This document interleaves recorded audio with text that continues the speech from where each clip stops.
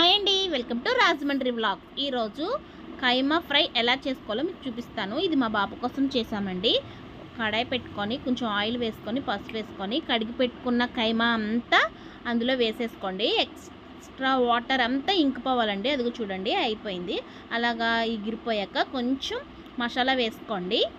అదే అల్లం వెల్లుల్లి గసగసాలు యాలకులు లవంగి చెక్క అవన్నీ పేస్ట్ చేసుకుంటాం కదండి, అదండి. అది కూడా కొంచెం ఫ్రై చేసుకున్న తర్వాత 1 స్పూన్ కారం వేసుకోండి. పిల్లలు కదా తక్కువ తింటారు. స్పైసీ కావాలితే కొంచెం వేసుకోండి. అది కూడా అలాగ కొంచెం దగ్గరగా ఫ్రై చేసుకున్నాక 1 గ్లాస్ వాటర్ తీసుకున్నానండి.